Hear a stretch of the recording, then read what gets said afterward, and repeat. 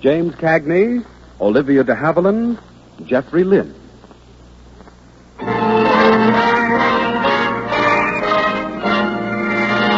The Gulf Screen Guild Theater.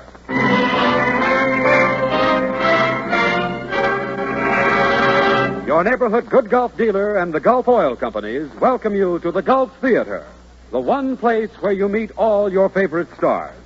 Edward G. Robinson, Rosalind Russell, Don Amici, Cary Grant, Spencer Tracy. These are just a few of the Hollywood stars who will appear here in weeks to come. And tonight, the Gulf Theater presents James Cagney, Olivia de Havilland, Jeffrey Lynn, Oscar Bradley and the Gulf Orchestra, and the director of the Gulf Theater, your host, Roger Pryor.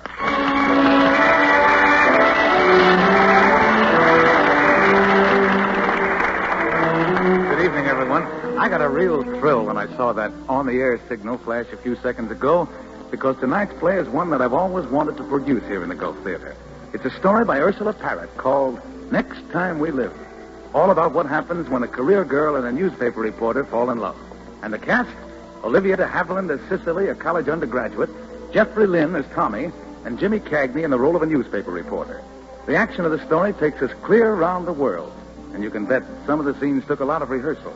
But the stars don't mind that because, after all, the Gulf Theater is the stars' own theater. Naturally, they want to give their very best performances because every cent that Gulf would ordinarily give to these stars and to the writers goes instead to help meet the needs of the Motion Picture Relief Fund and to build a home for the less fortunate members of the industry. And now, the house lights slowly dim here in the Gulf Theater. The stage lights come up. The curtain rises on tonight's play, Next Time We Live.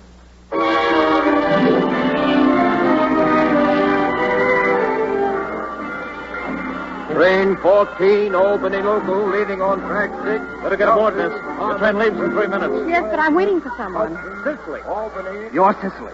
You must be from everything Chris said. Why, yes. Here, I'll take your bag. Come on. Oh, I'm Tommy. Tommy Abbott. Oh, of course, you're Chris's friend. You live in the same house. You have something to do with Hollywood, and you're crazy. Is that what that redhead said about me? Where is Chris? He's still at the paper. A flash on the UP wire said that they got Dillinger in Tucson. Chris called me to say he had to stand by to do a special story. Hey, wait! Chris! Made it with 30 seconds to spare. Oh, Chris! Oh, you had me scared. Well, I'd be here, didn't I? Hey, give me that bag. I'll take you to see. Goodbye, Tommy. You were swell stand-in. Bye. Now, wait for me here, Tommy. I want to talk to you. Okay. Train's going to start. It's a swell idea. Maybe I'll go to Vassar, too. Think I'd get by? Oh, you'd be a sensation. Hey, this is goodbye. You realize that? Of course, it won't be forever, but... It'll seem like it. And, darling, if somebody else comes along... Talk like that and I'll wring your neck. A girl who ain't college is an awfully useless person to be in love with, Chris. You're my woman. Get that? Oh, I got it. And vice versa, Mr. Tyler. Look, you know, this is the sensible, sane thing to do, don't you? Oh, of course. You've got to be free until you really get started. We couldn't afford to get married on a reporter's salary, could we? Say not. Cicely, what would happen if you didn't take this train? Why, everything. I'm supposed to be the lead in this fall play. I'm managing the junior par. Oh, nothing had happened that mattered. Nothing, Chris, that you want me to say. Give me that bag. Darling. Come on, you've just graduated from college. Hey, mister, you can't get over now. The train's moving. Come on, jump. I'll catch you. I made it. Oh, Chris. Oh, Chris, put me down. Oh, no. Turn your face this way. Well, you've got too much lipstick on, but I think I'll take a chance. Well, there's nothing like demonstrations of affection in public places, I always say. Come on, Tommy. Maybe you don't know it, but you're going to be the best man at our wedding.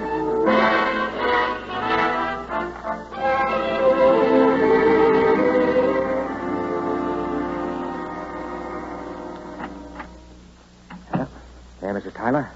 You've just been carried over your first threshold. Home, sweet home. Mm-hmm. Hot and cold water, genuine carpet on the floor, and electric light. There's a swell view of a brick wall from the window there. And if you stretch your neck, you can see a tree in Washington Square. Not much, but O. Henry likes it. Oh, Henry, did he live here? Mm-hmm. Right in this very room. Oh, someday they'll say that Chris Tyler lives here. And Mrs. Chris Tyler. Oh, say that again. Mrs. Chris Tyler. Chris, I'm afraid. Afraid about what? About you and me. I mean, what if I'm a burden to you? Right now, it's so important to your career that you'll be free. I thought we'd scrap that idea. Oh, Chris, I've got to find something to do to help out. Oh, sure. How about a nice job driving a cab, and I won't have to work at all? I can act. You saw me in 2 college plays and said that I reminded you of Hayes. I meant Will Hayes, not Helen. Chris. I'm serious, Chris. Your friend Tommy can help me. Look, it's always been my idea, a woman's place in the home. But if you've got your heart set on this, why, you know... I have, Chris. It's a partnership, and that's the only way I can help. Well, go ahead and try it. Look, will you tell me something?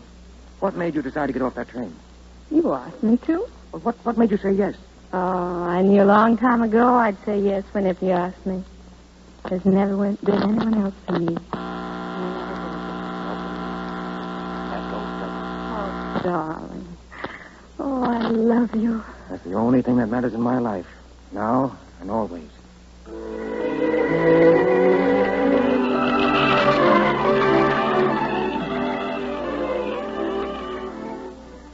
All right. I'll take a chance and give Cicely Tyler a small part in the next play I'm producing, Dummy. That's great. Thanks for doing this for me, Jennings. And don't believe those lies I told you about her experience. She hasn't had any. But you can believe me when I tell you she has something the theater needs. Looks like Tommy was right, Cicely. You proved to me you belong in the theater.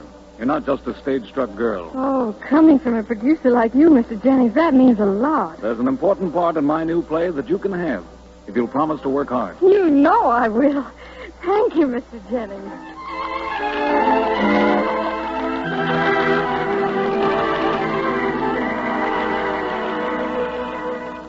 Well, I wouldn't offer you this promotion, Chris, if you hadn't earned it. Foreign correspondent. That's wonderful. Well, better get your passport and visa, Chris. Sure. My wife always wanted to travel when we got rich. Wait till she hears we're going to Italy. How soon do we have to sail? Within a week. Uh-huh. We'll be ready. And I don't know how to thank you, Mr. Carter. Oh, forget it. Well, anyway, thanks.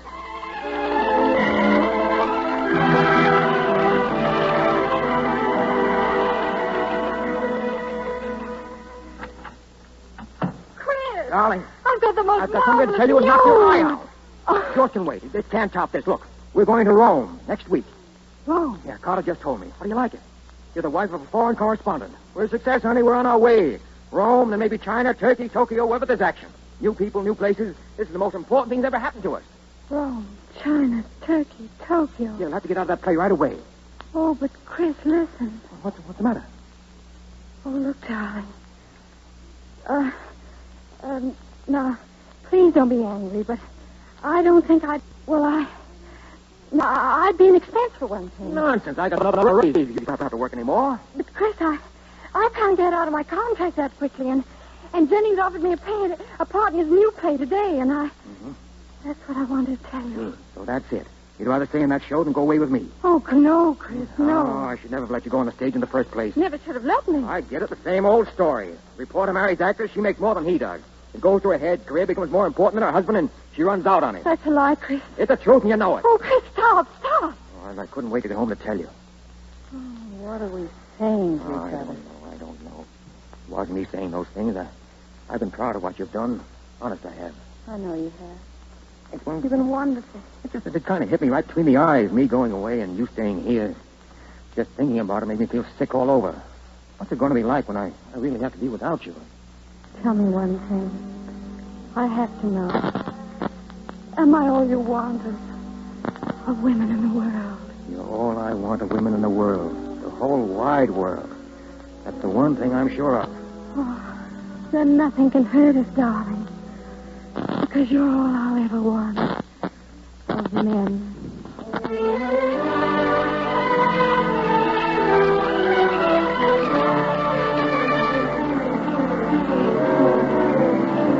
All right, visit in the door. It's goodbye for a while, Cicely. Goodbye, Chris. Look, darling, if things get too tough over here, will you? Oh, I got off a train once because you asked me to, so even if... Yeah. Nothing. Chris, say it for me. Say you love me always. Say you love me all your life. I love you, Cicely. When you're 99 and I'm 101.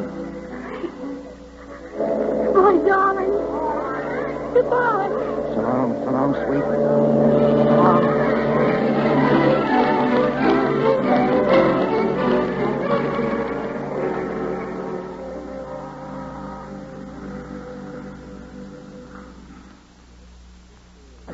Cicely, tell me something, will you?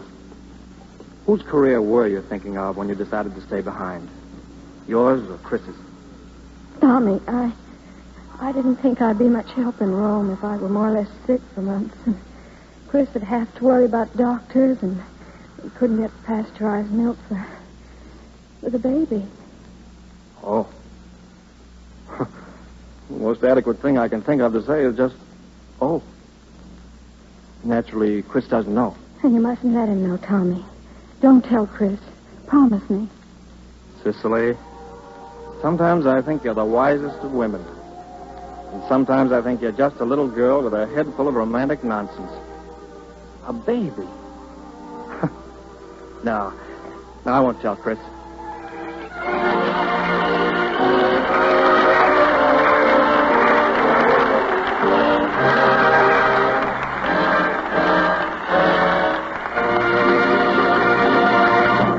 So ends Act One of our play here in the Gulf Theater. While we're waiting for the curtain to rise on the second act, there's something I'd like to say. Speaking not only as the director of the Gulf Theater, but as one of your neighbors in this country of ours. You know, the month of February, with the birthdays of two great Americans coming only 10 days apart, is naturally a time when all of us take stock of what our country has accomplished. We feel a new sense of pride in our heritage of freedom, of tolerance, and independence, and in the splendid material civilization that this heritage has made possible. Because behind the most familiar things in life, behind our radios, our labor-saving appliances, behind our automobiles and our homes, we can see the working of a typically American idea. The idea of making things better and better year after year.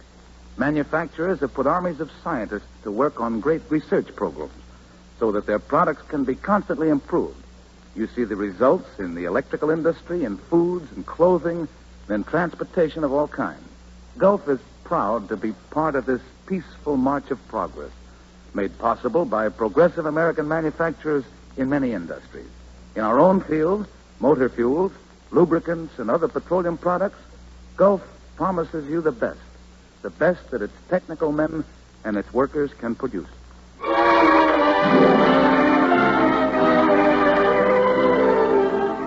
The curtain of the Gulf Theater is about to rise on the second act of tonight's play, starring James Cagney as Chris, Olivia de Havilland as Cicely, and Jeffrey Lynn as Tommy. 7 months have passed since the first act. Chris and Cicely, his actress wife, have been apart. Chris in Ethiopia covering the war, and Cicely in her latest play on Broadway. But then Chris got a cable from Tommy in New York saying that Cicely was about to have a baby. Frantically, Chris ran out on his job, grabbed the first boat for America, and now we find them rushing up the stairs of their flat to see Cicely. Cicely! We've been waiting for you, Father Tyler. Oh, why didn't you let a guy know? How'd you get away from your job? Never mind that now. What's the awful for you, darling? Oh, not so awful, because I always had this moment to look forward to. Hey, that's the kid. That's him. You better go and introduce yourself. Oh.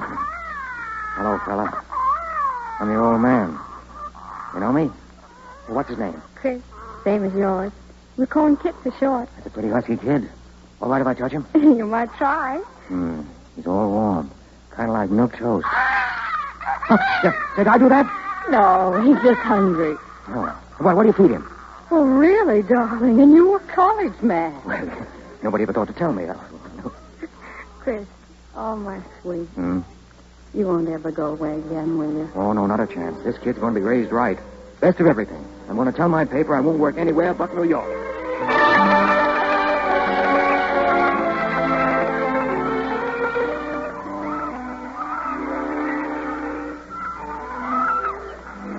Howdy, ma'am. The whole park reserved for your child or just this bench? Tommy, how are you? And how is Hollywood? Don't ask. Hey, let's have a look at my godchild. Oh, will you listen to that? I believe he knows me. Don't you think he's very bright-faced, man? Right. He's absolutely brilliant. Aren't you, big fella, huh? Sure. How's about lunch, Cicely? Oh, thanks. I've had lunch, but why not call Chris? Oh, Chris suggested that I take you. I hear he's working for the City News Bureau now. His paper fired him for running out on that job in Ethiopia. This was all he could get. Tells me he may take a job as advanced publicity man for a circus. He won't take that. He mustn't. Why don't I ever get girls like you? What do you mean? Oh, that look on your face when you talk about Chris. Cicely, let me help you and Chris out. Oh, thank you, Tommy, but I... Now, wait a minute. You're still an actress, and a good one. It's time for you to get back to work. To do that, you need money to take care of Kit and buy new clothes to interview managers. I'll loan you the money for both. Well, how about it? I can't refuse, Tommy. If it were just myself, I wouldn't care, but with Chris, oh, you don't know what's happened to him. He tries to pretend, but it's a bargain, Tommy. And I'm not ever going to try to find the words to say how much it means.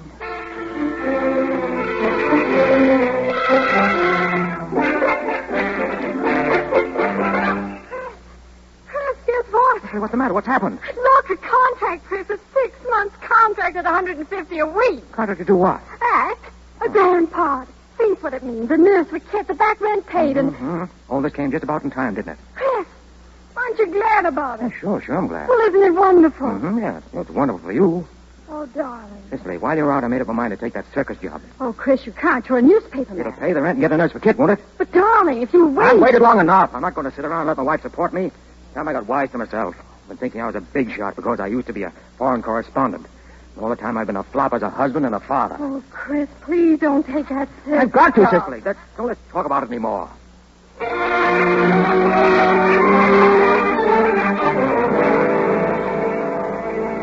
Oh, what you ask is impossible, Mrs. Tyler. The night your husband deserted us in Ethiopia, we missed a big story. One of the biggest of the year. Mr. Carter, do you know why he left Ethiopia when he did? Yes. Well, what would you have done under the circumstances? You actually want to get your husband back into his correspondence job? Most wives hate the newspaper business. I couldn't hate the thing that's Chris's life, Mr. Carter. Hmm? What's his number? Chelsea 4883. Give me Chelsea 4883. How about Russia, Mrs. Tyler? Russia. Yes, Russia. Siberia, Far East. It'll mean months in the interior when you won't even hear from him. Had I better forget it? No. And you'll stick it out, Mr. Carter. I won't do anything to bring him back.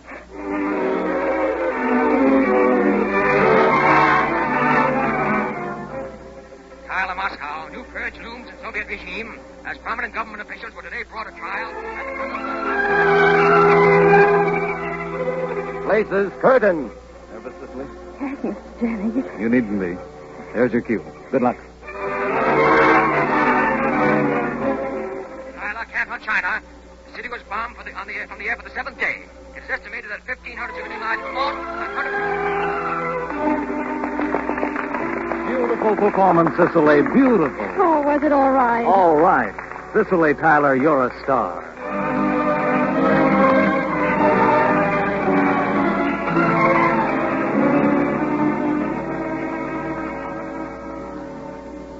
Cicely Tyler. Oh, Tommy. And to think I knew her when. Oh, it's grand to see you again. That's the secret of social success. I disappear for a year or two, and people appreciate me when I come back. How's Kit? Big. 5 years old last May. 5 years. How about Chris? He wrote me he'd quit his job and was going to Switzerland to write a book. That's all he wrote me. Incidentally, I hear rumors about you and a very attractive blonde. Are they true? Or am I going to marry her, you mean? I may. We've talked about it. Well, what are you waiting for? You. Tommy. After 6 years, it may sound a little sudden. But would you divorce Christopher and marry me? You see, I happen to be in love with you. I have been ever since I can remember. Tommy, I didn't know. I didn't intend you should. You always loved Chris. Yes, and you still do. Even if you'd rather write a book in Switzerland than come back to you. Tell me, how many times have you two been together in the past 5 years? Oh, once in Paris and 2 weeks in Italy. 4 times altogether. None of them very long. What's keeping you apart now? Oh, I don't know. Maybe it's been just too long. Maybe... Shall we hear some music on the radio? All right. Chris asked me if I didn't want a divorce. Then, will you marry me, Cicely? He's done and said everything he could to tell me that he doesn't love me anymore. And I still feel I must wait, Tommy.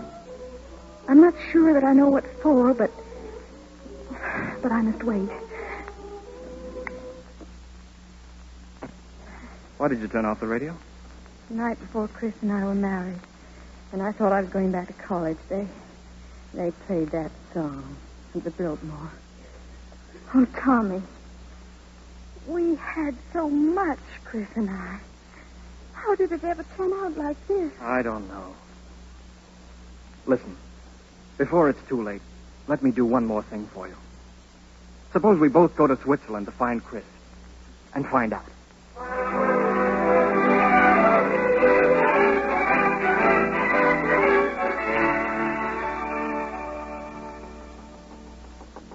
Come in. Cicely, Hello, Chris. what are you doing in Switzerland? I thought your play was still running in New York. Tommy and I arrived this morning. Oh, Chris, you look so tired. I've been working hard on my novel. You get my letter? One saying you want a divorce, yes. Yeah, I didn't think you'd want to see me again. Oh, Chris. Well, naturally, we can't go on like this. Half married and half not married. No, I suppose not. Chris, why are we like this? Oh, I don't know. I don't know how to explain it. Just that the one day I realized I'd stopped thinking of you for a very long time. Oh, I see. Well, I guess there's nothing more to be said. Kept sending love. Thanks. Take him mine. Must be quite a boy by now. Bethany looks more and more like... Goodbye, Chris. Cicely, I've explained this pretty badly. I wouldn't hurt you for anything. That's why I want you to be free. Because if we kept on like this, you'd be hurt a lot, you see. No, Chris. I only know I'd rather have gone on another 10 years, 20 years with you, meeting just when we could, than have spent my whole life with anyone else in the world. I'd better go. Bye, Cicely. Goodbye, Chris. And maybe, next time we live, we'll have time for each other. Hello, Chris. Find another visitor? No, come in. No use saying I'm glad to see you, Tommy. Cicely's just leaving. You can keep me company. Why are you leaving, Cicely? Because what Chris wrote in his letter was true. He doesn't want me anymore. You really believe that? Look, Tommy, I appreciate you bringing Cicely all the way here, but please keep out of our affairs. No, I've butted into your lives ever since I can remember. I'm not going to stop now. What do you mean, Tommy? If you weren't the two finest people I ever knew, I would keep my mouth shut. Then Cicely and I would go back to America. After a while, I think I could wear down a resistance, and she'd marry me. That'd make me the happiest guy in the whole world. Will you shut me out of here? I'm not interested in what anyone does anymore but me. You understand? Chris loves you just as much as he ever did, Cicely. More, I guess. The reason Chris is sending you away is because he's a sick man. The doctors say he may never be any better. Who told you that? You don't know what you're talking about. Your old boss came over in the same boat we did. He told me why you resigned. Chris, is this true? Yeah, sure, it's true. But what of it? I know what I'm doing. I know I'm going to use the rest of my life. Oh, Chris, darling, why didn't you tell me? Why? Have you think just because I needed you that... Oh, because you needed me. Oh, no, Chris, because I need you desperately. Let's sum it up by just saying you both need each other. That's the way of it, isn't it? Yeah. Well, I've just about time to make that train back to Paris and the boat to New York. A certain blonde young lady there may meet the boat. I hope. She's very charming and doesn't know what a fool she's marrying. Well, here we are again. Look, darling, once more I've got to tell you, got to. You're letting yourself in for an awful lot. This may take years. I may never get well again. Oh, we've so much time. You told me once we'd love each other until I'm 99 and you're 101. Yeah, I remember that, darling. I remember that. Our love got lost somewhere for a little while, but now it's found again. Well, this time we'll hold on to it, won't we? Oh, always, darling. Even longer than that, Mrs. Tyler. Even longer than that.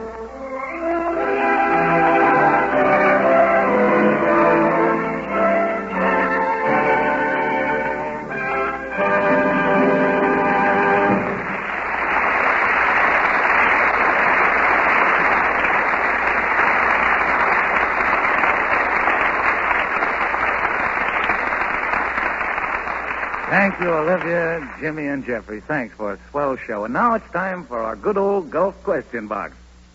Remember, you must answer correctly or pay a forfeit. But before we begin, Jimmy, I'd like to ask you a question off the record, if you don't mind. Fire away, my boy. Well, tell me, if you had your choice, what would you rather be, an actor or a foreign correspondent? You know, like Chris in the play. An actor. Nothing doing on this foreign correspondent business. If I had to be a newspaper man, give me a soft spot covering big league ball games. I'd rather duck pop bottles than bombs any day. I've got an even better idea, Jimmy. If I had to be a newspaper man, I'd like to be a weather reporter. All you have to do is write fair or gentle westerly winds or something like that. Well, it's not quite as easy as that, Jeff, especially these days, because this is just about the time of year when Old Man Winter usually pulls a little sleight of hand trick. Take this year, for instance. Groundhog Day came and went, and we got a little mild weather that made us think the worst was over. And all of a sudden, we got a record snowfall and a cold snap that reached even into the normally sunny south. Well, there may be more unfriendly weather yet to come, so don't let it catch you unprepared. First, change your old motor oil to easy-starting winter-grade Gulf Pride motor oil. Next, take the stiff, squeaky feeling out of your car by getting Gulf Flex registered lubrication service. Because when you have your car Gulf Flex with the new Gulf Flex lubricants, you know that it will ride easier and steer easier over a longer period of time. Under winter conditions especially, your car needs Gulf lubrication for both the engine and the chassis. For riding comfort and easy starting combined, it will pay you to drive in tomorrow at the sign of the Gulf Orange Disc. Thank you, Johnny. And now let's reach way down in the Gulf question box, and here's the first one for Olivia de Havilland, who can be seen in Warner Brothers, Elizabeth, and Essex. Olivia, if Bernice Gaunt and Jacques de Boujac appeared in a picture together, what names would you see on the marquee? Well, I never heard of them. You never did, I'm quite sure. Not under those names, but listen. Bernice Gaunt and Jacques de Boujac are the real names of Shirley Ross and Bruce Cabot. So, Olivia, you've got to get ready and pay a forfeit. And your forfeit is something I have right here in my pocket. A few little words written on a piece of paper. You must sing those. Not only sing them, but sing them the way Bonnie Baker would sing them. Oh, Johnny, oh. Oh, Johnny, how you can love. I give up.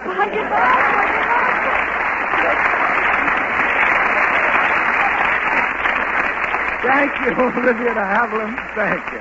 And the next question goes to James Cagney, who's now at work in Warner Brothers' Torrid Zone. Jimmy, can you tell me which of the following stars has one of the world's finest collections of modern oil paintings? John Barrymore, Ronald Colman, Edward G. Robinson, or Adolph Mangiu? Dr. Adolph G. Robinson.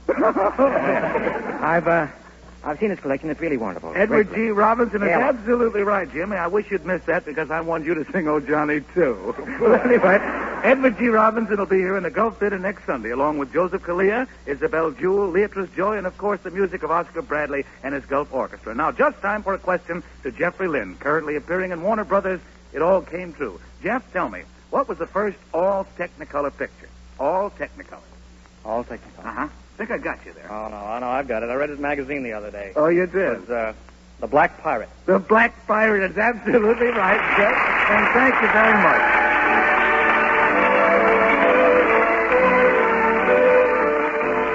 Now, before we close the lid on the Gulf question box, here's a stickler for you folks in the radio audience.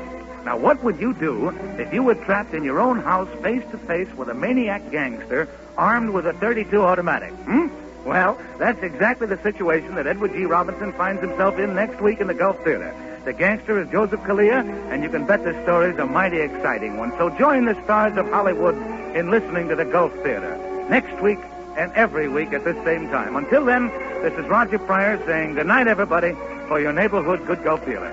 I'll Follow My Secret Heart is from Conversation Piece. The Gulf Theater originates at Earl Carroll's in Hollywood, and this is the Columbia Broadcasting System.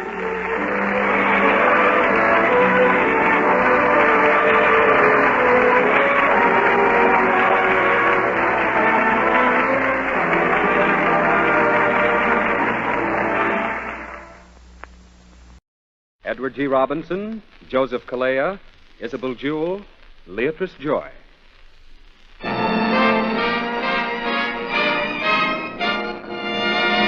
The Gulf Screen Guild Theater.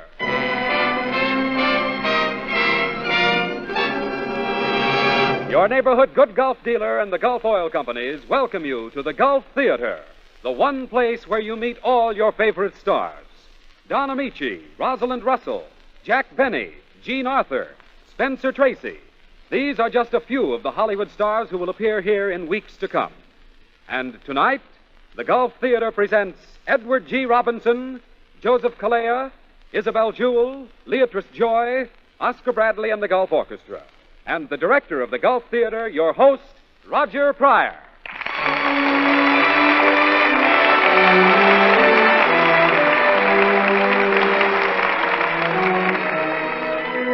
Good evening, everyone. Once again, we've had to put out the SRO standing room only sign here in the Gulf Theater. And this Sunday, like every other Sunday at this time, there's an eager crowd of onlookers outside, waiting to catch a glimpse of their favorite stars. The stars in our audience as well as those in the play. You see, this is the Star's own theater. The greatest names in Hollywood. Even some who have never been on the air before appear here in the Gulf Theater because it's for a worthy cause. The money that would ordinarily go to our stars, Gulf gives instead to help meet the needs of the Motion Picture Relief Fund and to build a home for our less fortunate fellows in the picture industry. And because this is the Star's own theater, the one place where you meet all the stars, it's only natural that it should be the place where you get acquainted with every conceivable type of drama. Comedies, adventure stories, plays with a message, and even the kind of story we're doing tonight. A horror play, Blind Alley, by James Warwick. Blind Alley's not too horrific, but we don't pull any punches in showing you what happens when a mild-mannered professor of psychology, played by Edward G. Robinson, pries into the cruel, criminal mind of a gangster, played by Joseph Calleja. Isabel Jewell plays the part of Maisie, the gangster's moll, and Leatrice Joyce is the wife of the college professor. Now the Gulf Theater presents James Warwick's thrilling story of crime and punishment, Blind Alley.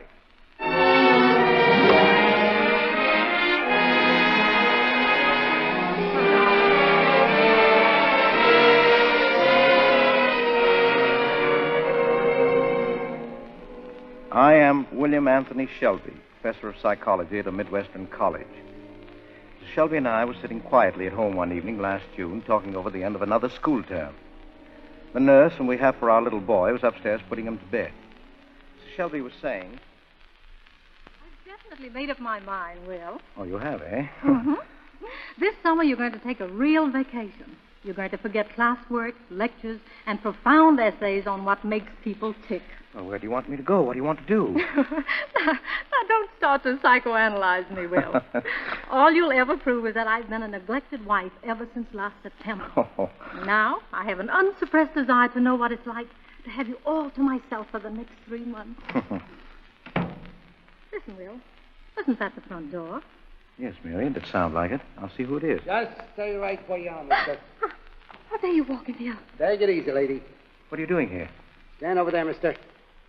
Take a look in the other room, Maisie. Okay, Hal. Pull them window shades, Buck. Sure. Now, look here. Who are you? The name's Wilson, Hal Wilson. Hal Wilson. A notorious gunman? Guess they heard of you, Hal. Nobody downstairs but these two, honey. Okay. Well, to what circumstances do we owe the honor of this visit? Because the cops are right on my tail and I needed a hideout. Just a little overnight visit. A guy named Nick is picking us up in a motorboat in the morning to take us across the lake.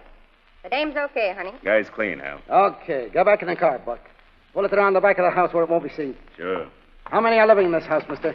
Well, just my wife here, my young son, and the nurse. Where's the kid and the nurse? Upstairs. Go upstairs, Maisie, and tie him up. Now, wait a minute. You can't go upstairs. Shut up, go up. Go on, Maisie. You won't hurt the baby, will you? Oh, don't worry, lady. I got a kid brother myself. Oh, you're not going to touch my baby. You better take that dame along with you, Maisie, and tie her up, too. Okay. Oh, please. Come on, sister. Get moving. Well, is all this necessary? You can see for yourself we're entirely helpless.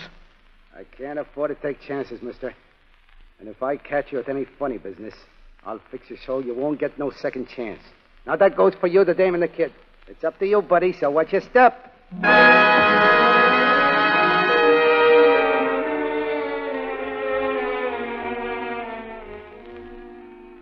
Looking back on that night, it seems unreal, fantastic.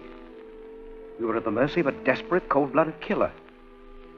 I decided that the safety of my family depended on placating Wilson, disarming his suspicions by appealing to his vanity with seemingly innocent questions about himself. It was like being face to face with a cobra, not knowing what moment he would strike.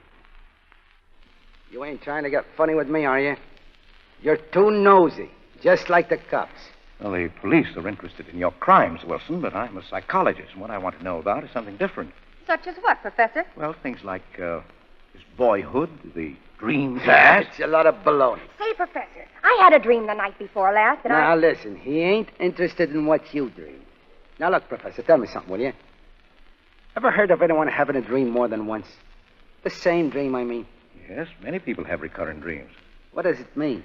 Well, usually a very deep-seated fixation. What's a fixation? Well, it's something that one did that left a deep effect on the subconscious mind. You see, Wilson, we all have two minds. Yeah? The conscious and subconscious. It's in dreams and instinctive feelings that the subconscious comes out. So other people get some too, huh? You know, Professor, I've had a dream I've been dreaming ever since I was a kid. Well, tell me about it. Well, you see, it's, no, why talk about it? Well, why not? Perhaps I can help you. I don't trust you, mister. You don't trust anyone, do you, Wilson? Well, I never found anyone I could trust. Oh, what about me? Oh, no, I wasn't talking about you, Maisie. I ain't never run out on you, have I? No, and I never will. Oh, you're a silly skirt, yeah, but you're kind of cute. Yeah, sure, honey, you're all right. Oh, tell me about your father and mother, Wilson. They both kicked off when I was a kid. Who brought you up? My aunt. And she was the meanest, no-good, drunken... Drunk? Well, did she beat you? Yeah, when she was drinking. And she was always that way. Well, didn't you have anyone you were fond of? No. That is... No, nobody at all. What about Tiny? Shut up. But you told me you liked her. I'm telling you, keep your nose out of this. She was your cousin, wasn't she? Are you going to shut up? Gee, Professor, I don't know why he always gets sore every time anybody mentions her. Well, I guess you must have thought a lot of this, Tiny, didn't you, Wilson? Was she your aunt's daughter? Yeah. You grew up together? Yeah, she always used to... Well, go on. You were about to say that she used to... nuts. I wasn't going to say nothing. But if you tell me about her, I may... Skip it. I said I don't want to talk about it.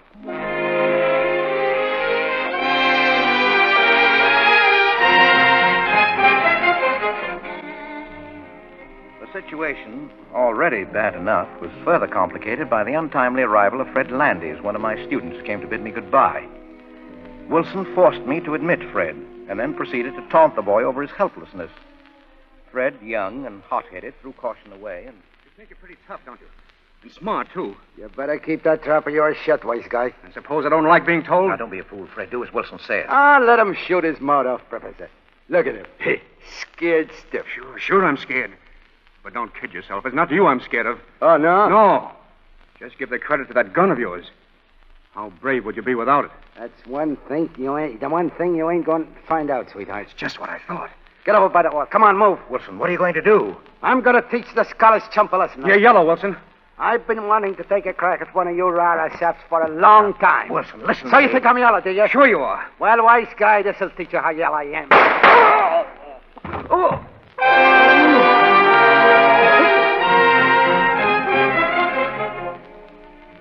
When Wilson shot and critically wounded a defenseless boy while I stood helplessly by, and then refused to let me send for a doctor, I determined on a desperate chance to destroy the gangster by pitting the one weapon at my command, my knowledge of psychology, words against his grim guns.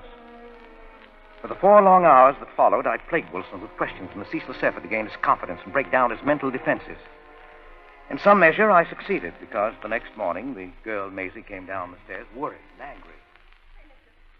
What are you doing to hell anyway? When he got through talking to you last night, he was wringing wet and shaking like a leaf. Well, I'm only trying to help Hal, Maisie. Don't make me laugh. Why should you want to help him? I'm getting wise to you. Yeah, and Hal's getting wise to you, too. Come on, sister. Downstairs. All right, I'm coming. What's the idea, Hal? What are you bringing the nurse down here for? So she can take care of the door and the phone. You remember what you're supposed to say, sister? Yes, sir. What did you do with the missus and the kid? Dr. and Mrs. Shelby. Locked them in the front bedroom. But the window can be seen from the front. Say, you better scout around, honey, and see if you can find a safer place to put them in. Okay, Hal. Well, Professor, how did you like spending the night in handcuffs? Well, I didn't sleep much, Wilson. Well, neither did I, so we're even. Well, what kept you awake? Nothing you had to say, mister. You know, I got a hunch what you're trying to do. You're trying to get me all balled up so I won't know where I'm at. Yes? Yeah. You know, something tells me I ought to drill you right now. Only I don't. Why? Because you know, down deep, these things worry you, and you've got no one else to turn to but me. Oh, yeah? I know more about you than you think. Hard nuts. Yes, and I'll tell you something about yourself. You're suffering from paranoia. Huh? What's that? Well, we'll say, for instance, Well, you're driving a car. Now, you can see the road, trees, automobiles, houses, well, just like anyone else. But then, sometimes you become aware of another thing. Something you can't see but can feel. I don't know what you're talking about. Oh, yes, you do. It drives you into going faster and faster, and it follows. No. Now, you can't shake it off. You can't get rid of it. It's always just behind. It's a lie. Who told you that? Who's been talking about me? All right, it's a lie. But if it's a lie, why do you get excited about it? Now, sit down. What do you want to talk that way for? Don't get you no place with me. No, perhaps not. No. How did you know that about me? It is always behind you, isn't it, Wilson?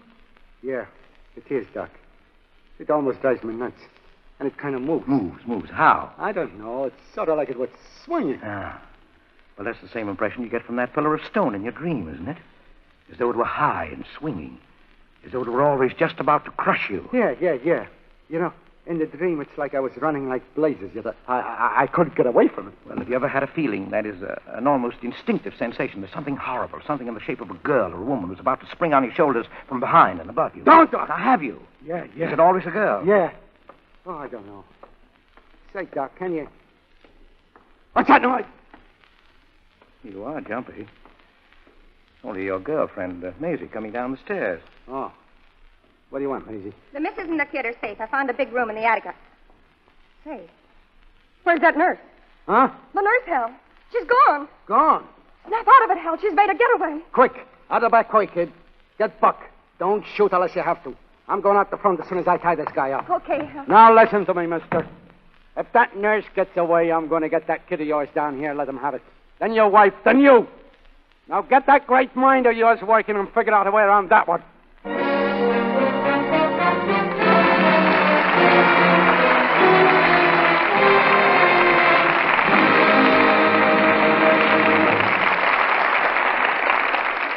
Now it's intermission time here in the Gulf Theater, and I know you'll all welcome this chance to relax after the tense, emotion-packed events of the past few minutes. While we're waiting for the Gulf curtain to rise again, our own Doctor of Letters would like to turn your thoughts to a very important two-letter word.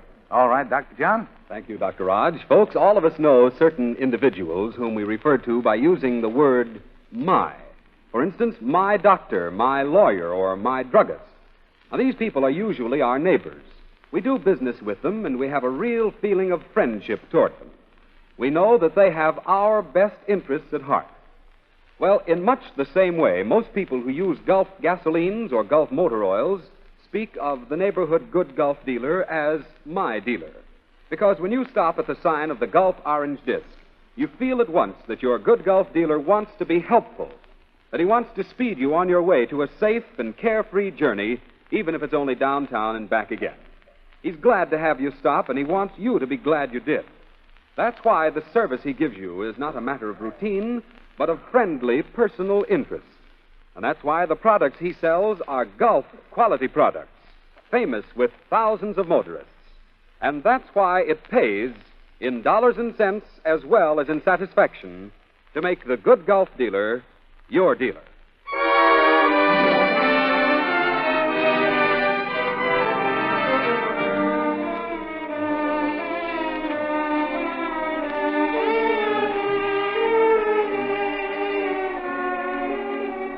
Now to the second act of tonight's Gulf Theater presentation of Blind Alley.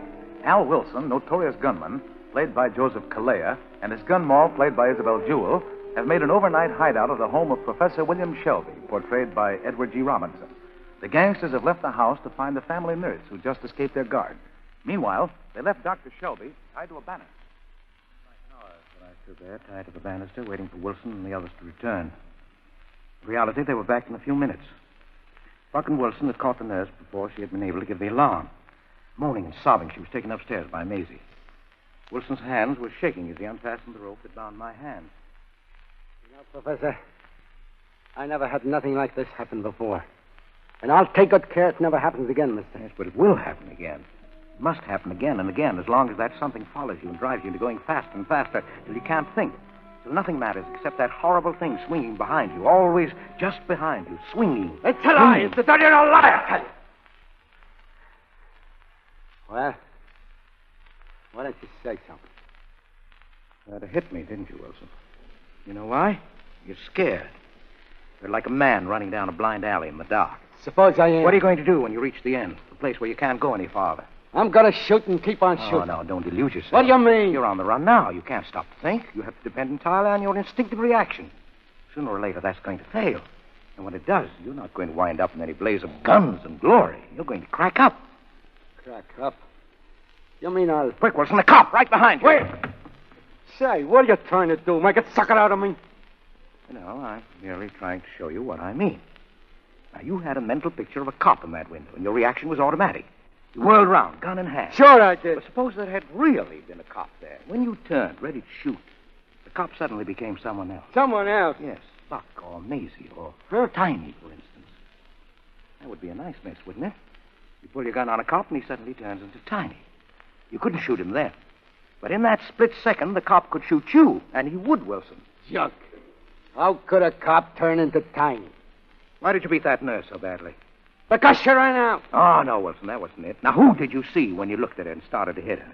What do you mean I saw the nurse? I didn't see nobody but the nurse. Hal, I'm getting worried about Nick. Now, whom did you see, Wilson? Answer me. You let Hal alone. Answer me, Wilson. Whom did you see? Don't answer him, Hal. Don't pay no attention to what he Now, says. you beat the nurse because you looked like your cousin Tiny. No, it's a lie. It's a lie. I gotta stop pounding at him.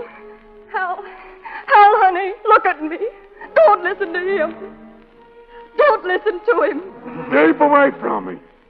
Let me alone. Oh, but I want to help you, honey. Don't you see he's driving you nuts? Keep quiet, Maisie, or I won't answer for the consequences. You can't scare me, mister. Hal, you gotta come away with me. Hal, what's the matter? What are you looking at me like that for? So you come back, huh? You couldn't stay away. Hal, what's the matter? It's me. It's Maisie. You're Tiny, that's who you are. Tiny. Why, you dirty double-crossing Hal, little... stop. You don't know what you're saying. I'll fix this so you won't come back no Hal, more. don't. Please, Hal. It's me. It's Maisie. Put down that gun. Hal!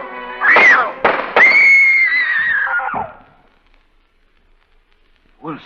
I'll give it to you, Now, too. listen to me, Wilson. Listen to me, I say. I'm not going against you. I'm trying to help you. Now, put down that gun. Hal, what was that shooting? Pull yourself together, Wilson. Do you hear me?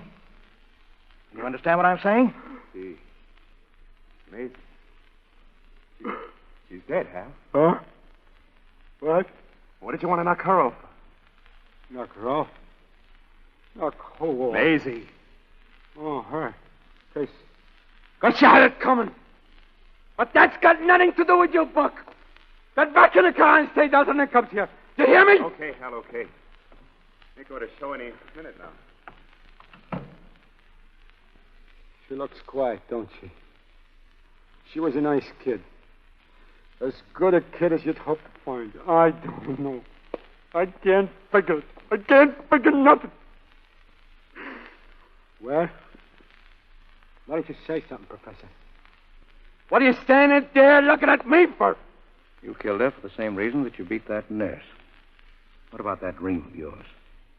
Who were you looking at when you shot Maisie? What was I looking at? You were looking at Tiny. You thought Maisie was your dead cousin Tiny. No, lay off, Doc. It was. I can't stand it. It was anymore. Tiny, wasn't it? She was your aunt's daughter. Did she look like your aunt? Yeah. Spitting him at... What became of her? Later. I didn't see no more. Well, why? What made you keep away from her? I ain't gonna tell Well, you. why won't you tell me? Ooh, 'cause I ain't that white. Now, how long was it until you saw her again? I tell you, I didn't see her no more. What did she look like after she was dead? Like my aunt did after. Oh. I didn't say she died. She ain't dead. She ain't, I tell you. How did you kill her? If you don't shut up, I'll kill you. Now, put down that gun. Put it down, Wilson. Don't be a fool. You've killed lots of people since and been proud of it. Why should that particular one matter? 'Cause it does. Matters a lot. You're ashamed of it, aren't you? You were always ashamed of it. You pushed it away from you and forgot it, didn't you? But I'll tell you how it was. Don't you do it. Come on, listen. I didn't kill her. I did it. Oh, yes, yes, you did. Now, I'm going to make you tell me. I'm going to drag it out of your subconscious and make you look at it. Don't you remember how it was? No, I don't remember. I don't want to remember. You used to beat Tiny often, didn't you? How did you know Yes, that? but she loved you anyway. You used to beat her up because she looked like your aunt, and you hated your aunt. When you beat her, you used to think about your aunt, didn't you? It's a lie. Don't talk about it. It's a lie. Yes, you used to dream about murdering your aunt, didn't you? Don't I? You dreamed about it until it was almost a fact. And then you tried to make it a fact by killing Tiny. Now, how did you kill her? Come on, now. How did you do it? I don't know. I don't know. Leave me alone. Oh, all right, then I'll tell you then. What about this dream of yours? You choked her, didn't you? You hit her on the head, and then you choked her to death. Didn't you? Didn't you? All right. I remember, you're right. It ain't no good to lie to myself no more. I knocked her out. Then I strung her up by her neck to a beam. I let her swing there for an hour before I cut her down. But I didn't mean to do it. It just came over me suddenly like she looked so much like my aunt. Then I dropped her down the old cistern back of the house. And after she was gone, I didn't care. But I couldn't get it out of my mind. The way she was swinging up there above me. So that's what I've been seeing all this time. Been tiny. Tiny swinging and swinging. But it takes me out. Son of a shit, real. Yes, Wilson, she is real. If there were anything you could do about it, anything I could do for you, but there isn't. You can never escape yourself, Wilson. Why do you tell me all this? If it don't do no good. But it does do good. For that reason, I've done it. You were a menace to society, Wilson. Now you're finished. You came in here last night to escape the law, but you had to stay and listen to me while I drew you a mental picture of yourself.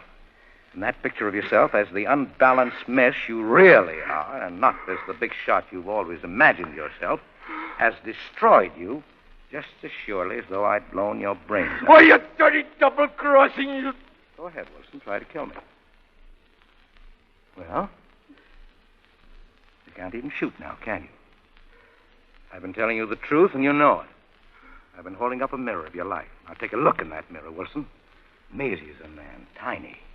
Tiny, you look like your aunt whom you hated. Look, Wilson. Yeah. I killed Tiny. She looked like my aunt, and I hated her. No, I didn't. I loved Tiny. I loved her, I tell you. But it ain't got nothing to do with no one but me. Yes, it has. No one has the right to go against the structure of society the way you have. Well, now you know what you've done and why. And you can never escape that knowledge. You're finished, Wilson. There's only one thing left for you to do.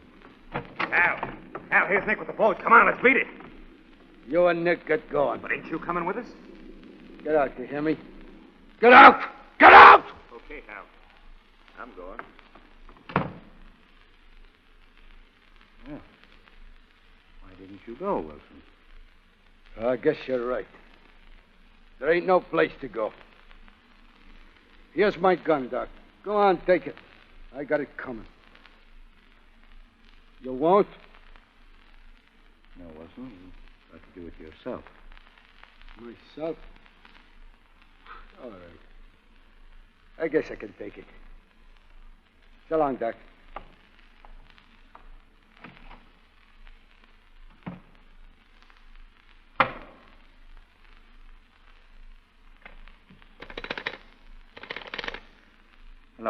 Hello, operator.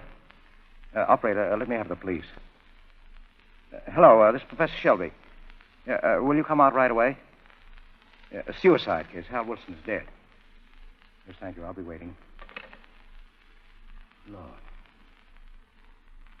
I feel like a murderer myself.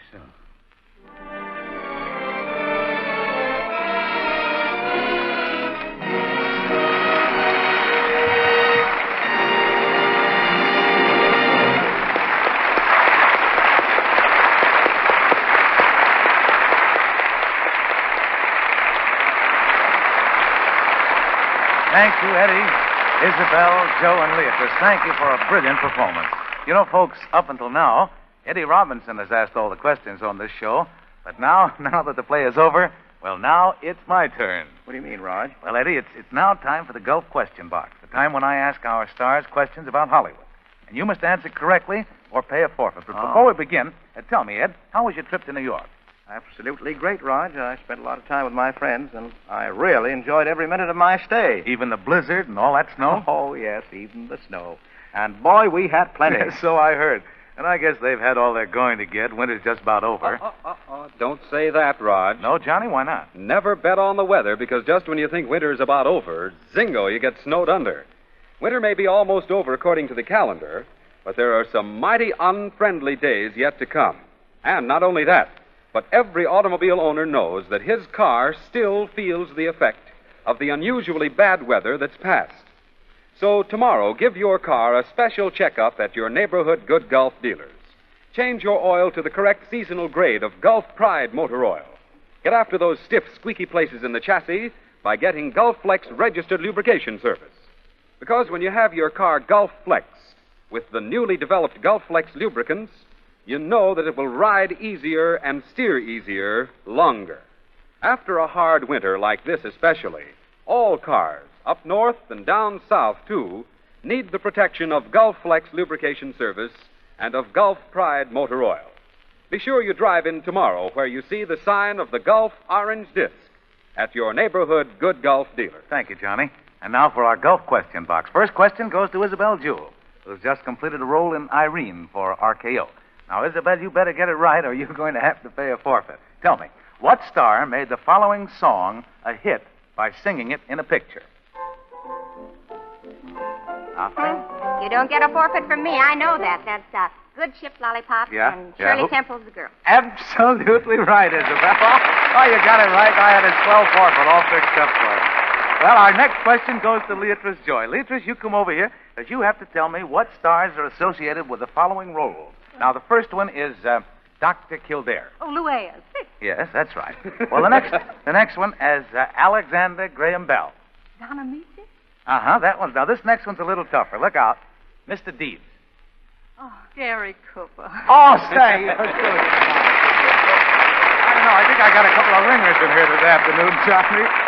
Incidentally, Donna Meach will be in the Gulf Theater here next Sunday in a thrilling story with Maureen O'Sullivan and Warren Williams.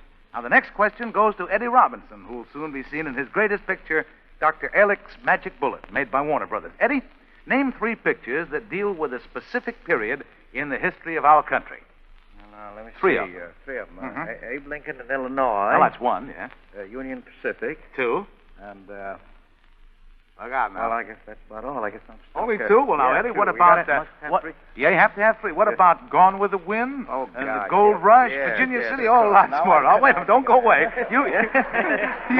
You've got to pay a forfeit. Now, What do you mean I have to pay a forfeit? Oh, a forfeit? Why, they even have me doing a forfeit around here a couple of you're weeks pulling ago. one of those things. Yep. I've got to get. What I've do got to I get have one to do? customer today anyway. Well, first of all, is it true, Eddie, that your secret ambition has always been to be a symphony conductor? That's true, isn't it? No, you know my weakness, don't you? See, I've got enough batons home to have one of these orchestra of conductors. Really? Well, that's a good thing, because for your forfeit, you have to go over to Oscar Bradley's podium, borrow his baton, and lead the orchestra in anything you want. Now, go ahead. Anything at all. All right.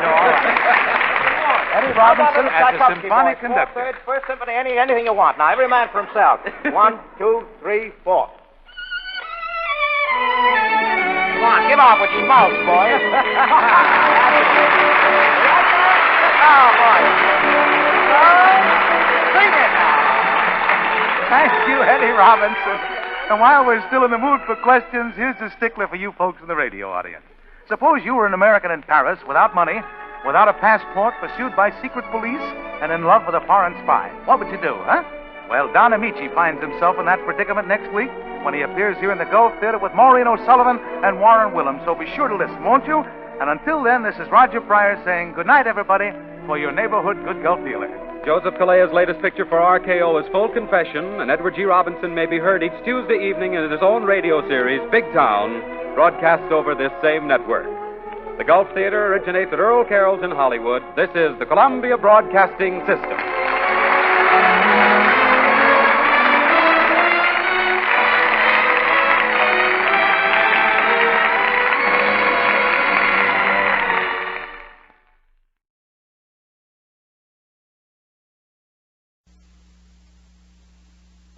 Don Amici, Maureen O'Sullivan, and Warren Williams.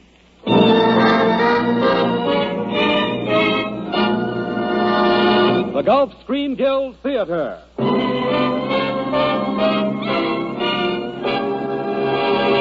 Your neighborhood Good Gulf dealer and the Gulf Oil Companies welcome you to the Gulf Theater, the one place where you meet all your favorite stars. Betty Davis, William Powell, Gene Arthur, Jack Benny, Spencer Tracy, to name only a few of the Hollywood stars who will appear here in weeks to come. And tonight, the Gulf Theater presents Don Amici, Maureen O'Sullivan, Warren William, Oscar Bradley, and the Gulf Orchestra. And now your host, the director of the Gulf Theater, Roger Pryor.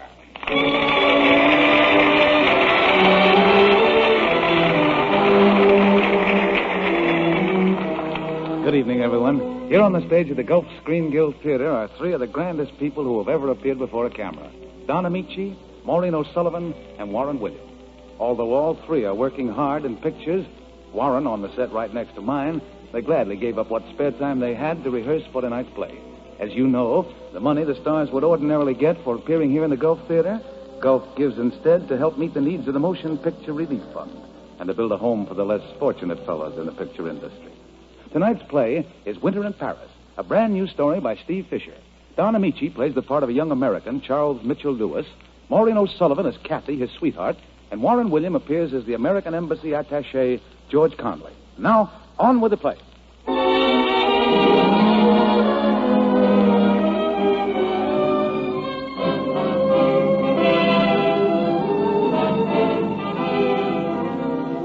This is the story of a boy and a girl caught in the net of international intrigue.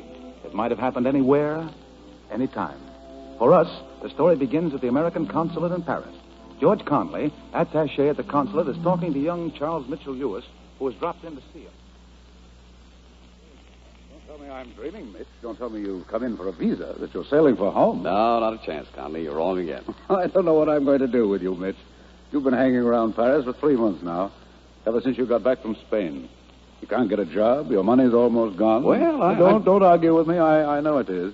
And you won't even write your folks. Well, you know how they are in South Dakota. They wouldn't understand. They're not the only ones. I don't either. Look, Mitch, you went to Spain with a lot of silly notions about romance and high adventure. And what did you get? Oh, little bad wine, a lot of noise. And a leg full of shrapnel, complete disillusionment. What do you expect to find in Paris? Well, I don't know exactly. But this town owes me something, Conley, and I'm going to stay and collect. Paris is dangerous, Mitch. A fellow like you can get in plenty of trouble. Oh, forget it, Conley. I can take care of myself.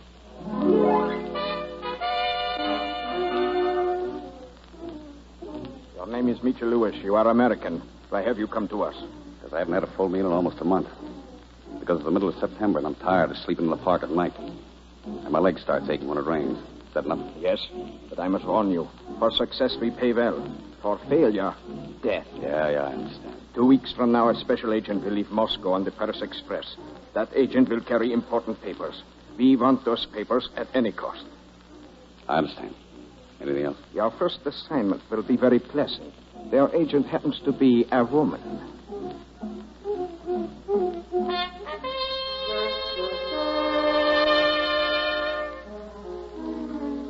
Catherine, you know these papers are very important. I know. Be careful. They have sent an American this time. They have arranged that he will share the same compartment with you on the train. Be clever. Talk to him. Our men will take care of him when you reach Berlin.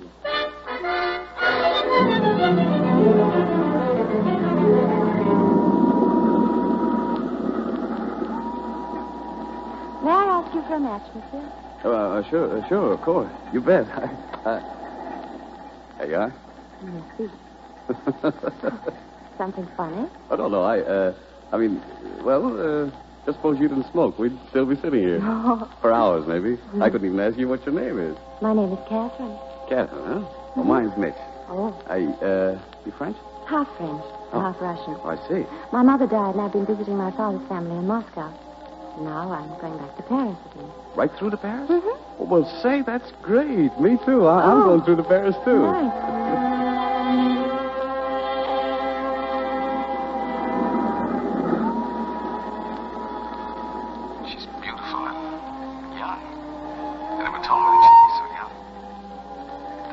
Possible that she can be mixed up with Kathy. That's what I'll call her, Kathy.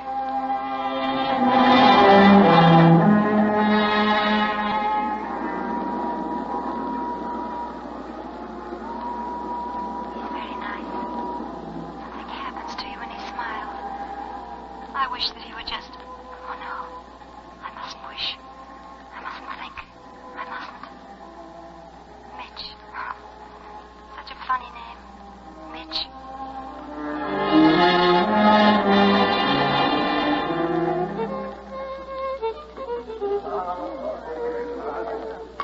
Would you, like another glass of wine, Kathy? Well, the conductor says we only stop here in Warsaw 40 minutes. Oh, we still have 20 minutes. We'll be in Berlin tomorrow. I won't really be happy, though, until I'm in Paris again. And Brittany. I was brought up in Brittany. It's so lovely there. But later my mother moved to Paris. Do you know my father was in Russia so much that I hardly ever saw him until I... Yes? I couldn't sleep last night. It's pretty horrible to toss and turn and not be able to keep from thinking, not even for a minute. And all today, every time you smiled at me, I thought I'd... Look, Kathy. You see this little envelope? There's a greenish powder in it. You see? Oh, Mitch. I was supposed to slip it in your wine. And then when you were drugged, I was to search your bags. My people would have killed me, Mitch. Yes, I know. My uncle made me do it. He said I wouldn't be suspected. I was ideal to carry certain papers. Certain papers. Yes, I know. Oh, Mitch, what have we got into? We couldn't help it, either of us. Well, there's the whistle. Get back the train, Kathy. You'll be safe now. And you? I'm staying here. Oh, but they'll find you, Mitch. Those men you're working for, they're not in this for a country or a cause. They're in it only for themselves, for money. They'll hunt you down. They'll kill you, Mitch. They'll have to find me first. Come on, Kathy. You better hurry. No. Now, Kathy, please, there's not much time. I love you, Mitch. Kathy, darling. And you love me, I know you do. But you don't realize. We'd never have a moment's rest. I love you, Mitch. Both sides would be after us. We'd have to hide like criminals. Even worse, a girl like you... I love you, Mitch. I'll never leave you now.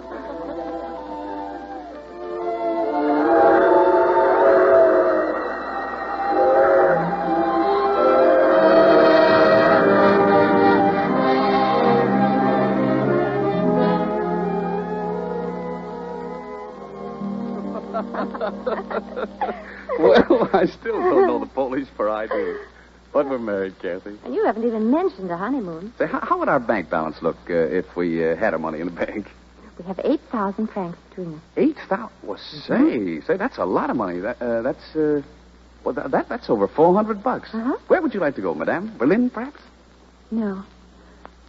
I don't think you'd like Berlin. All right. Vienna? Budapest?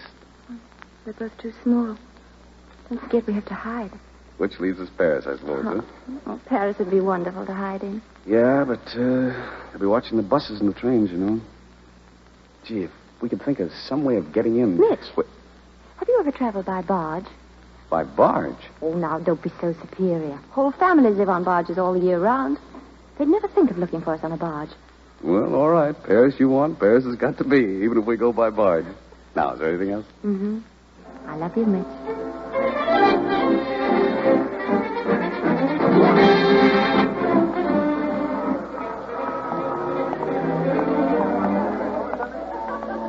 Gee, you know, Kathy, this is the Paris I used to dream about. Paris that was going to give me everything I've always been looking for. Someone like you, of course. Seeing things with you. The Eiffel Tower, Rainbow Fountain on the Seine. And people at the little sidewalk tables smiling because they know we're in love. You know, Kathy, I think I'm getting romantic. Mitch, do you think we should walk here on the Champs-Élysées? I mean, do you think it's safe? Oh, sure it is. At a night like this. Oh, you know what they told you, Mitch? They said it would be sudden death. Yeah, I know, but you can't stay cooped up in one little room forever. You've got to have some fun. A little wine and music. And maybe... Pardon me, monsieur. Yeah. So sorry, monsieur, but I wonder if you could tell me where... He's got a gun! Well, you... Mitch! Come on, quick.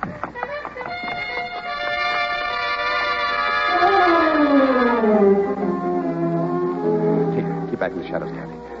I think we've given him the slip. Oh, he was one of my uncle's men. He had a gun. Wonder if they found out where we live. Oh, they might be waiting. We can't go back. No. Don't worry, darling. We won't go back. We'll find some other place to live.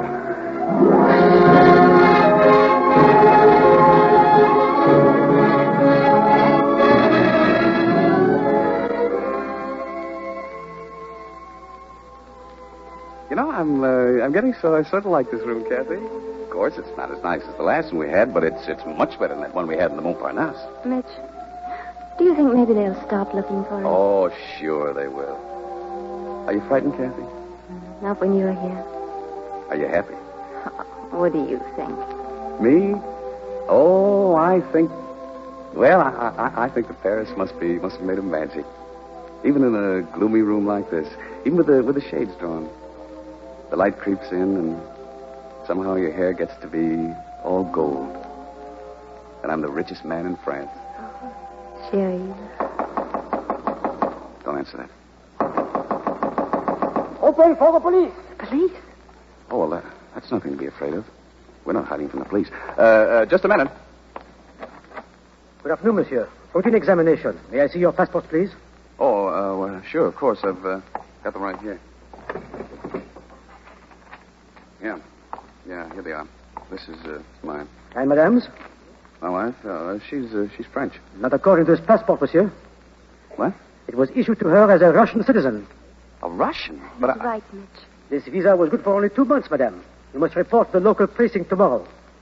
Oh, what'll I do? She will have 48 hours to leave the country. I'm sorry, monsieur. Good day, madame. 48 hours. 48 hours to leave Paris. Yeah, if we only could leave. Oh, Mitch. We can't leave and we can't stay. Both sides will be watching for us, and now we'll have to hide from the police as well. What'll we do? Oh, don't worry, Kathy. We'll find a way. We'll find some way.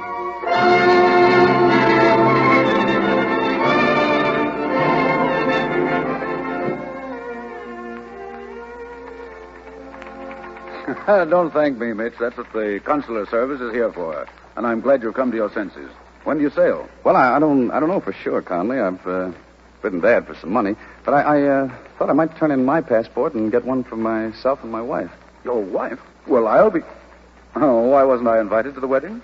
Nobody was. Well, all right. Bring in her birth certificate. I'll fix it with the French bureau. She's not French. Oh, that makes it tough. Yeah, she's Russian. Tougher still. You'll have to get her passport out of Moscow. But we can't go to Moscow. Well, I could try to get her papers through the mail. Let's see, it's the middle of December now. Check with me a couple of weeks after Christmas.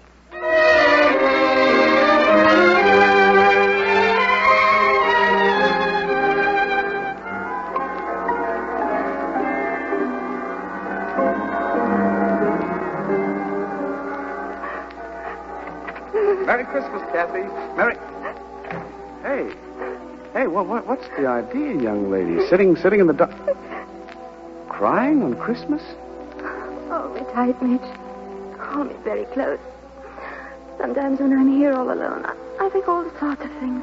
Awful, dreadful things that might be happening to you. And then I cry. Well, it's a wonder it hasn't gotten you before. Living in shadows, hiding in dark corners. Oh, it's all right now. You're back. Yeah, sure. It's all right for me. The only world I'll ever want is just one room like this. And the moon on the face, the way it is now. That's all I want, too. One room, and us together. Just the three of us. The three of us? You mean there's going to be... Oh, so that's why you were sitting in the dark. That's why you were crying when I came in. Huh? Oh, Mitch. Oh, now, Kathy, you mustn't cry. But that's nothing to cry about. You should be glad. Listen, Kathy. The chimes of Notre Dame. They're for us, Kathy. It's a sign. Everything's going to be all right. It's Christmas, Kathy. This is why you're in Mitch. Merry Christmas, darling. Merry Christmas.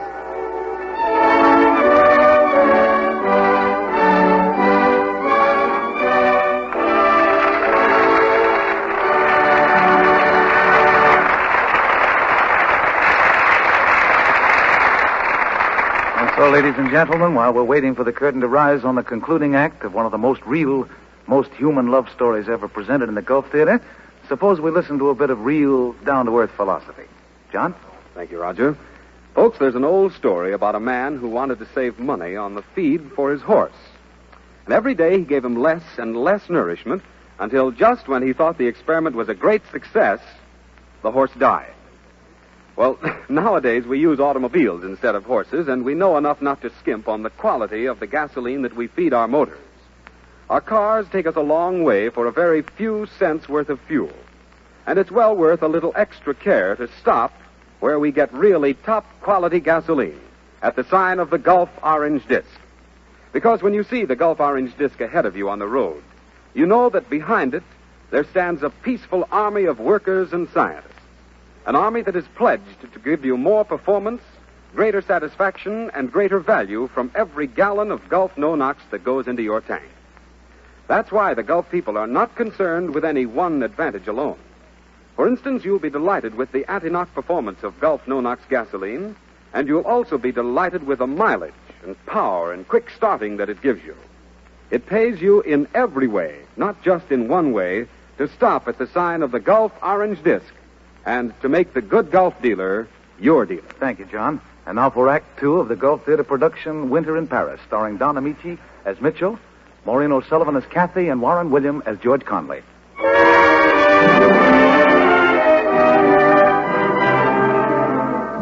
January, February, March.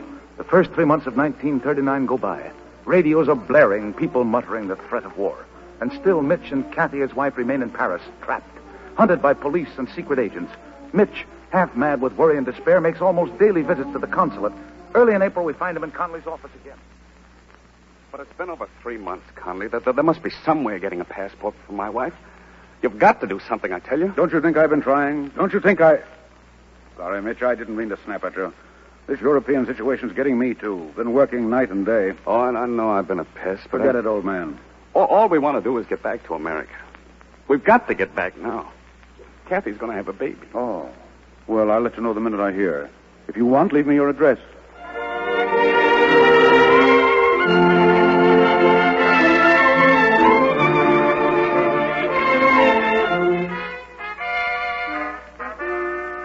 But they've got to send those papers, Conley. It's the middle of July now. I've sent a deposition to Washington. I'm doing all I can, Mitch. Well, it's not enough. I'll tell you, this money is all we have. My wife is desperately ill.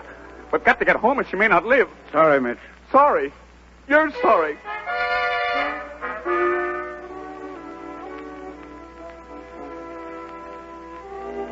Another window, Mitch. Yeah, just to get a breath of air, so.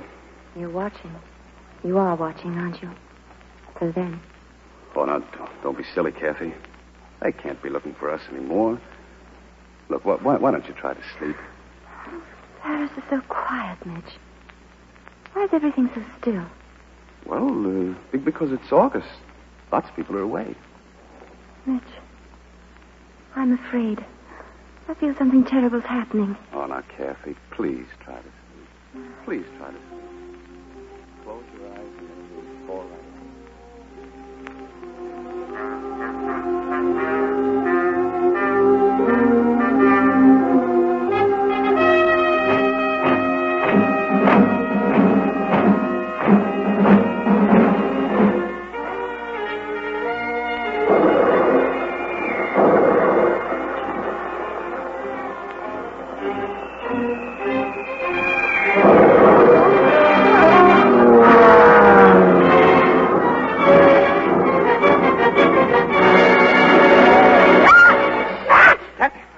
What is it?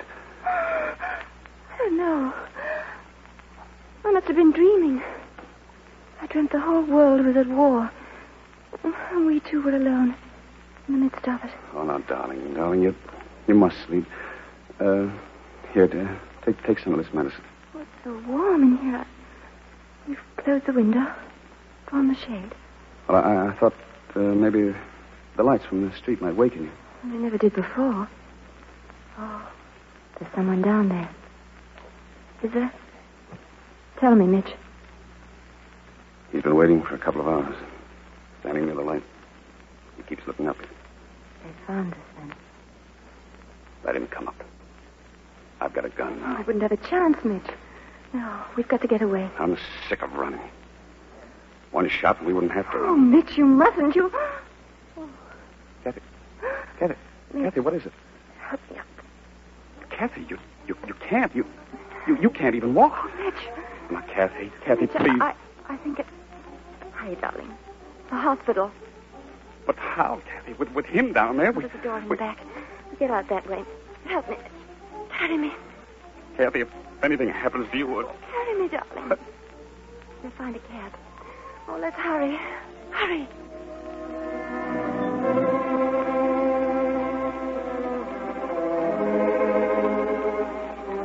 Do what we can for your wife, young man. There's not much hope, I'm afraid. It's possible we might save the child, but... Don't get say it. away somewhere for an hour or so. Isn't there anything you have to do? Some business, perhaps? Yes. Maybe there is. Fine. Come back later. Sure. Sure, there's something I've got to do. I've got to kill a man.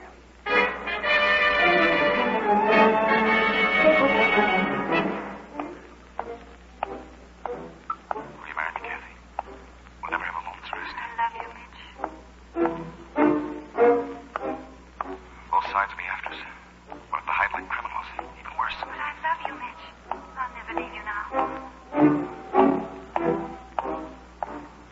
He's been there for hours. He keeps looking up here. Oh, Mitch, they found us. We won't have a chance. We've got to get away. Carry me, Mitch. I won't run. I'm sick of running. One shot and we won't have to run. No, Mitch. I love you. Don't, Mitch, don't. I've got to kill him, Kathy, or we'll never be free. I've got to, Kathy. I've got to. I've got to. I've got to. Don't talk. Walk straight ahead to that alleyway and don't turn around until I tell you. I've got a gun. Mitch, what the devil's the matter with you? Conley, that was you standing out here all this time? I practically own that lamppost by adoption. The concierge said you were out. Oh, yes, I know. We thought... I took a chance and waited. I knew how much this meant to you. I've got great news. For us? I don't know why, but Washington's anxious to evacuate you crazy Americans in case there's serious trouble here. They're letting our office act in doubtful cases. I've got enough authority to issue that passport for your wife. If you'll come in tomorrow, I'll, Hey, wait a minute. You can't do that. You're a big boy now. Yeah, sure. I'm awful big, I am. I just hope I haven't forgotten how to pray.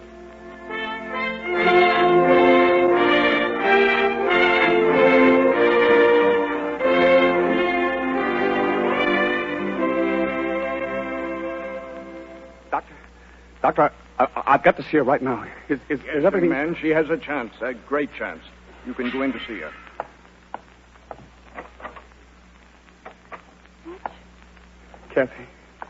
Kathy, darling. Did you want a boy, Mitch? Oh, sure I wanted a boy. Is he very big? 7 pounds. The nurse just waiting. Now I've got 2 of you to worry about. Oh, no. There are no more worries, darling. We're going home. They can't separate us now. Conley got us our passports. We're going home, Kathy. Home? Oh, darling. Darling. It can't be real. Yes, Kathy, it's real. I'm taking you home. Oh.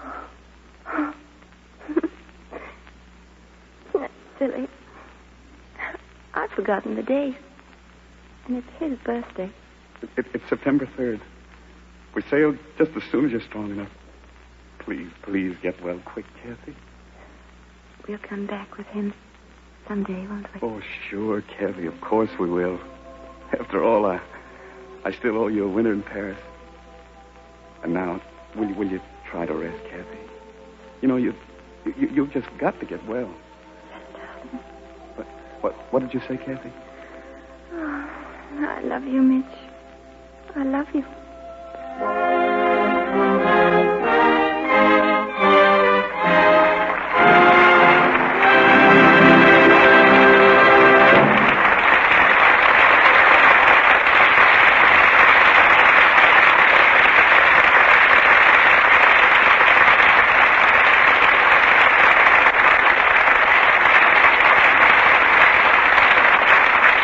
Thank you, Maureen, Don, and Warren. Thank you. Thanks for a swell performance. And thanks, too, to Steve Fisher for such a splendid story. But don't go away now, because, you know, as soon as the curtain falls on our play, we always raise the lid of the Gulf question box.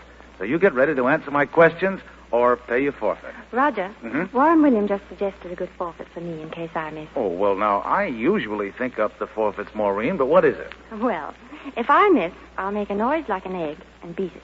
Oh, now, look. What is this? Say, Raj, I think Yes, I've even Don? got a better forfeit. If I miss, suppose you ask me to imitate the sound of falling snow. Oh, now, Don, falling snow doesn't make any noise. Oh, that's the idea. Uh-oh, now, wait just a second, Don. Falling snow does make a noise. Did you ever hear the expression, a howling blizzard? For instance, old-timers can tell you that the famous blizzard of 1888 was a howling blizzard if ever there was one. And do you know, folks, the date of that famous blizzard was March 11th. Proof enough that winter isn't necessarily over even in March. That's why we suggest that you prepare for the unpleasant weather that's still ahead by driving in tomorrow at your neighborhood Good Gulf dealers. Your Good Gulf dealer is ready with the correct grade of Gulf Pride motor oil so that your engine will start easily and so that it will get full protection, too. At the same time, better let him help you get rid of those stiff, squeaky spots in your automobile chassis by giving your car a Gulflex registered lubrication job with those special Gulflex lubricants. Your car will ride easier and steer easier longer if you have it Gulflexed tomorrow at your neighborhood Good Gulf dealer. Thank you, Johnny. And now for our question box. The first question goes to Don Amici, who's now making the picture Lillian Russell for 20th Century Fox. Don, you must name 3 stars who played historical characters and the characters they played, and no fair, including yourself. All right. Well, let's see. Charles Boyer played Napoleon. Yeah, that's right. And Betty Davis played Queen Elizabeth in Elizabeth and Essex. Mm-hmm, that's 2. And, isn't Betty Davis going to be here next week with William Powell? Yes, she is, but don't you change the subject. Now, you finish the question. Charles Lawton played Henry VIII. That, Don, is absolutely right. Good for you, 100% right.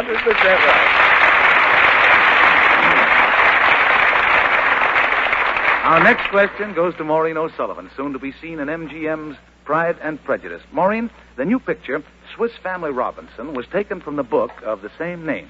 Now, that book, is one of the very best sellers of all time. And the question is, who wrote it? Oh, well, that's easy. Oh, that's easy, huh? I don't know. Oh, I got a victim at last. Well, Maureen, it was Johann Wyss, W-Y-S-S. And for your forfeit, you must give sound effects to indicate the titles of the following pictures. Now, the first of all is Cat and Canary. Cat and the Canary. Yum,